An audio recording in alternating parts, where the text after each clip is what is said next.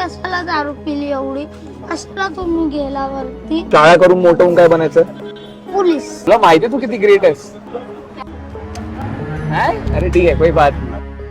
30 दिवस 1 स्कूटी आणि थेट 3 कोटी रुपयांची मोहीम. सोशल मीडियाचा असा वापरही होऊ शकतो हे त्याने दाखवून दिलं. सोशल मीडियावर आपण नाचगाणी पाहतो, पण सिद्धेश लोकरे याने त्याच प्लॅटफॉर्मवरून सरकारी व्यवस्थेलाच आरसा दाखवला.